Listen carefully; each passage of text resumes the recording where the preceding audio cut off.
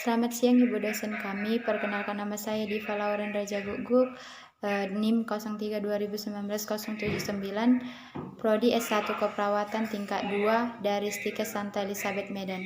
Di sini saya akan melakukan praktek mengenai teknik komunikasi pada lansia. Baiklah, di sini saya akan membahas teknik komunikasi pada lansia. Yang pertama, kita harus membahas apa itu komunikasi. Komunikasi adalah dilakukan secara lisan ataupun verbal agar dimengerti oleh orang lain apa informasi yang kita berikan. Teknik komunikasi pada lansia meliputi 6 dasar, yaitu yang pertama teknik asertif, kedua responsif, ketiga fokus, keempat suportif, yang kelima klarifikasi, dan yang keenam perawatan sabar dan ikhlas. Baiklah, yang pertama saya akan membahas apa itu teknik asertif. Teknik asertif merupakan sikap yang dapat menerima lawan bicara dengan menunjukkan peduli, sabar untuk mendengarkan dan memperhatikan ketika lawan bicara kita sedang berbicara agar komunikasinya dapat berjalan dengan baik. Komunikasi asertif merujuk pada sikap no hard feeling, di mana kita bisa menerima dan memahami apa yang disampaikan oleh lansia kepada kita, sehingga tidak menghambat komunikasi antara lansia kepada perawat. Yang kedua itu materi tentang responsif. Responsif merupakan perubahan yang terjadi pada lansia baik pada aspek fisik maupun psikis secara bertahap yang menyebabkan emosi klien relatif menjadi labil. Contohnya itu sifat responsif itu kan merupakan komunikasi yang bersifat aktif, tidak menunggu, dan bersifat segera serta penuh dengan inisiatif. Jadi barangkali mereka kesulitan, contohnya itu barangkali lansia mengalami kesulitan dan mereka ingin mengungkapkan sesuatu kepada kita dengan sigap melayani serta menerima apa yang mereka inginkan. Baiklah, selanjutnya materi fokus. Fokus merupakan sikap atau upaya perawat untuk tetap konsisten terhadap materi komunikasi yang diinginkan oleh si pasien atau si lansia tersebut. Contohnya yaitu lansia seringkali berbicara di luar konteks. Mereka sering lupa atau mereka sering membahas yang terlalu jauh, yang tidak sesuai dengan topik pembicaraan, dan seorang perawat harus memiliki kemampuan untuk memfokuskan kembali lansia pada topik pembicaraan sebelumnya.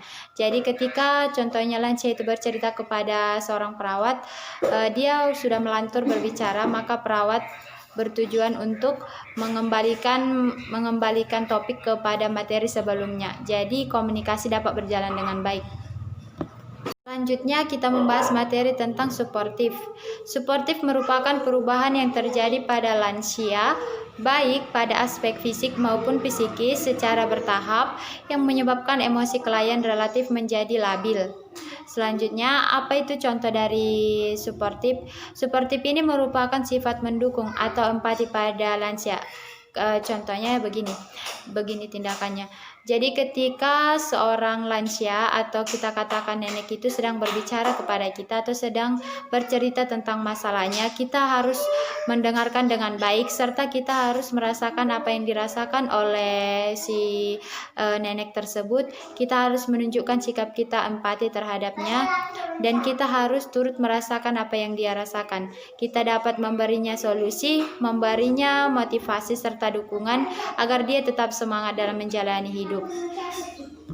Baiklah, materi selanjutnya yaitu klarifikasi. Klarifikasi merupakan perubahan yang terjadi pada lansia seiring proses komunikasi tidak berlangsung dengan lancar. Klarifikasi ini merupakan sifat dukungan ketika lansia memiliki persepsi mereka sendiri sehingga cenderung lebih tertutup dan tidak mau bercerita tentang apa-apapun kepada siapapun tentang masalahnya. Contohnya itu ketika seorang nenek atau lansia memiliki masalah dalam hidupnya atau masalah kehidupannya di masa lalu, dia cenderung lebih memiliki sifat yang tertutup dan tidak mau bercerita, termasuk juga kepada perawat. Kita sebagai perawat harus bisa memberikan motivasi serta mendukung apapun yang dilakukan oleh nenek tersebut. Kita hanya bisa menghiburnya agar dia tidak selalu mengingat-ingat masa lalunya, baik masa lalu yang buruk maupun yang baik yang mereka sembunyikan agar orang tidak tahu tentang masalah mereka. Jadi tindakan kita hanya memberi dukungan, memberi motivasi agar si nenek tersebut dapat bertahan hidup dan semangat dalam hidupnya. Yaitu sabar dan ikhlas.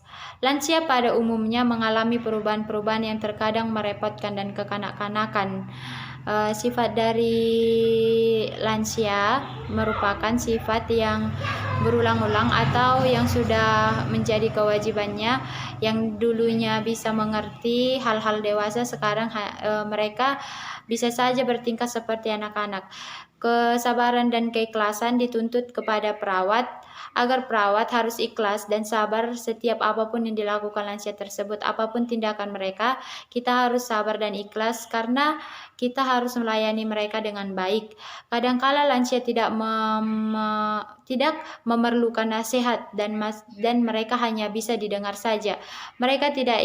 Barangkali mereka sering menganggap mereka itu sudah senior, mereka lebih tua dari kita, jadi mereka tidak mendengarkan apa yang kita nasihatkan kepada mereka. Jadi kita sebagai perawat tidak perlu mengambil hati atas tingkahnya itu, karena memang seorang nenek-nenek atau lansia sudah memiliki sifat yang posesif atau memiliki sifat yang sudah lebih kekanak-kanakan, jadi mereka mudah sakit hati. Jadi kita sebagai perawat harus memakluminya.